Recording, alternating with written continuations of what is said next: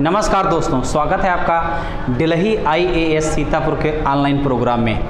तो मेरी क्लास तो आप देख ही रहे थे कि कुछ अंतराल में आई हैं और आपको चाहिए कि कंटिन्यू लगे रहना, क्योंकि सारे एग्ज़ाम नज़दीक हैं और जो कंटिन्यू लगे रहेगा उसके लिए कोई दिक्कतें नहीं होने वाली हैं। क्योंकि इन एग्ज़ामों में सबसे बड़ी चीज़ और प्राथमिकता यही रहती है कि continuity, how to main continuity, और कंटिन्यूटी का और अंदर से जो कैरेज है और जो कंटिन्यूटी के साथ साथ में जो कर गुजरने की जो क्षमता है वो बहुत ही महत्वपूर्ण है और टिके रहना बहुत महत्वपूर्ण है इसके साथ में।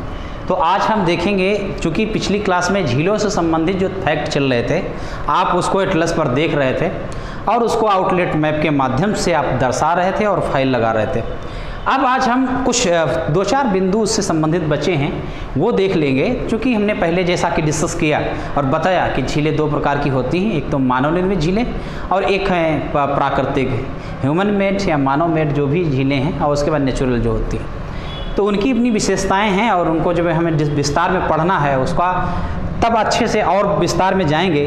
लेकिन उससे संबंधित जो तथ्य हैं, फैक्ट हैं, जो अक्सर कहीं न कहीं एग्जाम में पूछे जाते रहते हैं, तो वो देखना है और उनको जो है आउटलेट मैप के माध्यम से वहाँ पे दर्शाना है। तो आज की क्लास विश्व की जो प्रमुख मानव निर्मित झीलें हैं उन्हें हमें देखना होगा। और जो लोग नए हैं उनको चाहिए कि पिछली क्लास को भी देखें, क्योंकि हम लोग एक टारगेट को लेकर चल रहे हैं, चीज़ें क्रमशः तैयार करा रहे हैं और CSET पर भी फोकस कर रहे हैं। तो आप देखिएगा, मानव निर्मित झीलें हैं। आको सांबो, क्या है? आको सांबो झील। आको सांबो झील अगर आ जाए तो आपको दिक्कत हो जाएगी अगर आपको याद नहीं। याद करना भी टफ पड़ता है, इसलिए मैंने कहा घाना देखिए जाके। फिर जब घाना आप देखोगे तो ये आप पता चलेगा किस महाद्वीप में है, किस महाद्वीप में घाना है। फिर जब बात होगी अन्य GS की, हिस्ट्री की, करंट अफेयर्स की, IR की, इंटरनेशनल जो रिलेशन होता है, अंतर्राष्ट्रीय जो मुद्दे होते हैं, तो और ज़्यादा हमें समझना आसान हो जाएगा। जैसा कि आप जानते हैं IAS बनने के बाद में एक भारत भ्रमण का कार्यक्रम होता है, जिससे ये होता है know your India, know your country. अपने देश को जानो, अपने भारत देश को समझो, वहाँ की रीति रिवाज, परंपराएं, खान पान, वेशभूषा, चाल डाल, वहाँ का जो सिस्टम है, पॉलिटिकल सिस्टम क्या है, इकोनॉमिकल सिस्टम क्या है, ये सब चीज़ें समझना होता है उसके अंतर्गत, ताकि हम प्रैक्टिकल हो पाएँ। क्या हो पाएँ? प्रैक्टिकल हो पाएँ। व्यवहारिक कुछ और है, सिद्धांत कुछ और होते हैं, तो हम बहुत ही नज़दीक जाके चीज़ों को देखें। इसलिए UPSC के सिलेबस में बहुत सारा सिलेबस उसी चीज़ों को ध्यान में रखते हुए दिया गया है। और पहली प्राथमिकता यही होनी चाहिए, कम से कम हमें लोकेशन तो पता होनी चाहिए वर्ल्ड या इंडिया लेवल की, कि कहाँ पर कौन सा कंट्री है, प्लेस है इम्पोर्टेंट, कहाँ पर कौन सी चीज़ें बनती हैं। तो घाना को आप मैप में ज़रूर देखेंगे, उसके बाद आउटलेट में इसको दर्शाएंगे। उसके बाद में सेकंड जो है झील है ओवेन। ओवेन झील है। ओवेन झील ये युगांडा में है। अब इसको भी आप समझिएगा जाके, युगांडा, और इससे संबंधित जो फैक्ट बनते हैं ये भी आपको समझ में आ जाएंगे युगांडा जब आप जाएंगे। तो युगांडा भी आप बनाइएगा और देखिएगा किस महादेश में है, कौन कौन सी नदियाँ इसके आसपास हैं, ये भी देख लेना। जब वहाँ जा ही रहे हो तो आप देख लेना कौन सी नदियाँ हैं, किस महादेश में है, कहाँ पर इससे नज़दीक कोई क्या विषुवत रेखा, भूमध्य रेखा या फिर कर्क मकर कोई रेखाएं गुजरती हैं, कौन सा महासागर है, ये सब थोड़ा आसपास की लोकेशन देख लीजिएगा। यही चीज़ें हैं जो आपको एक सीरियस बनाती है स्टूडेंट, और इसी से आपको जोड़ना आसान होगा और तैयारी की दौड़ जो है वो आसान हो जाएगी आपकी। करीबा झील देखिएगा। करीबा कई बार पूछी गई परीक्षाओं में है, PCS और IAS में कई बार मैच करने के लिए चीज़ें आई, कई बार मैच करने के लिए चीज़ें आई, तो वहाँ पर ये पूछा गया है करीबा झील, और ये बहुत ही महत्वपूर्ण है। ये जिम्बाब्वे में है और जिम्बाब्वे में क्रिकेट वगैरह खूब देखते होंगे, तो PCS देते हैं तो क्रिकेट से संबंधित बहुत सारे प्रश्न पूछे जाते हैं। तो कहाँ की कौन सी टीम है, कहाँ खिलाड़ी अच्छे से जानते होंगे, तो जिम्बाब्वे में भी भ्रमण करिए, वहाँ भी नदी देख लीजिए, पहाड़ देख लीजिए, झीलें देख लीजिए और पठार वगैरह ये देख लीजिए जिम्बाब्वे जाके, तो आपका ज्ञान और पुष्ट हो जाएगा और चीज़ें आपस में इंटरकनेक्ट करना बहुत आसान हो जाएगा इससे। ओके, नेक्स्ट बात ये है डेनियल जॉनसन झील।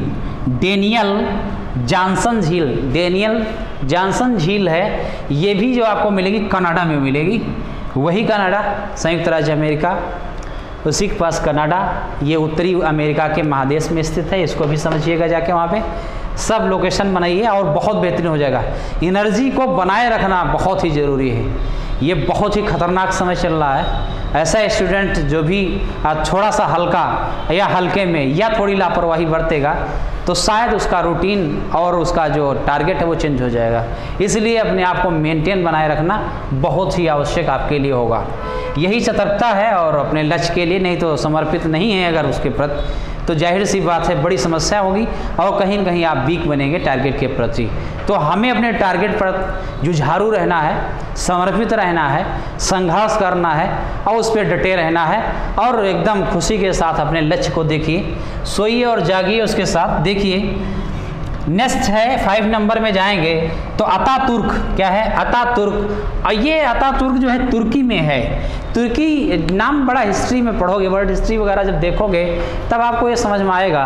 तो तुर्की को भी आपको समझना है और ये देखिएगा किस महादेश का हिस्सा है, यहाँ पर कौन से महासागर हैं, कौन से सागर हैं, कोई पर्वत पठार वगैरह है या नहीं है, और इसके साथ देखिएगा कौन सी इंडस्ट्री है जो बहुत फेमस है इसके पास में है, या इनका यहाँ पर कैसा क्या लिवलीहुड है और आर्थिक क्रियाएँ किस प्रकार की हैं। थोड़ा अगर देख लेंगे तो आपको पढ़ना बहुत आसान हो जाएगा। उसके बाद में लास्ट में ह्यूरन झील है। ह्यूरन, तो ह्यूरन झील ये भी क्या है? मानव निर्मित झीलें हैं। ये संयुक्त राज्य अमेरिका में ह्यूरन है, वहीं बताया था ह्यूरन सुपीरियर की जब बात कर रहा था तो आपको ह्यूरन सुपीरियर बहुत सारी झीलों की चर्चा यहाँ पर कर दिया था। तो कई क्वेश्चन पूछे गए हैं वो आपको बता देता हूँ कौन कौन से। ओवेन झील पूछी जा चुकी है, करीबा कई बार पूछा गया है, और करीबा झील के बाद करीबा बांध भी उधर आपको नजर आएगा। ये देखिए इसका उद्गम कहाँ से कैसे क्या है, इसका स्रोत क्या है जल का। झीलें और डेनियल अतातुर्क, ह्यूरन कई बार पूछी गई परीक्षा, बहुत महत्वपूर्ण है ह्यूरन। तो ये है, और ये बहुत ही वाटर जो लेवल है इसको रिचार्ज करने में बहुत ही महत्वपूर्ण भूमिका निभाती हैं। वाटर रिचार्ज करने में इनकी भूमिका महत्वपूर्ण होती है। इसके साथ साथ में जैव जो डाइवर्सिटी है, बायोडाइवर्सिटी यहाँ बहुत अच्छी पुष्पित और पल्लवित होती है इसमें झील के माध्यम से। तो यहाँ पर एक बात, वाटर रिचार्ज के लिए, बायोडाइवर्सिटी के लिए, जैव विविधता जो भी हमारी है वो बहुत बढ़िया विस्तृत उसमें विकास होता है। और यहाँ पर कहीं न कहीं वनस्पतियों की विविधता आपको देखने को मिलेगी। एक प्रकार से रामसर साइट का भी काम ये करती हैं। तो आज की क्लास मैं यहीं तक रखता हूं, और मेरा ऐसा विश्वास है जो नियमित जो सीरियस स्टूडेंट हैं वो इसको जितना मैंने कहा है उसको पहले क्या करेंगे, एटलस में देखेंगे उसकी लोकेशन, उसके बाद में आउटलेट मैप में दिखाने का कार्य करेंगे। तो मैं मिलता हूं नेक्स्ट अगली क्लास में। Thank you.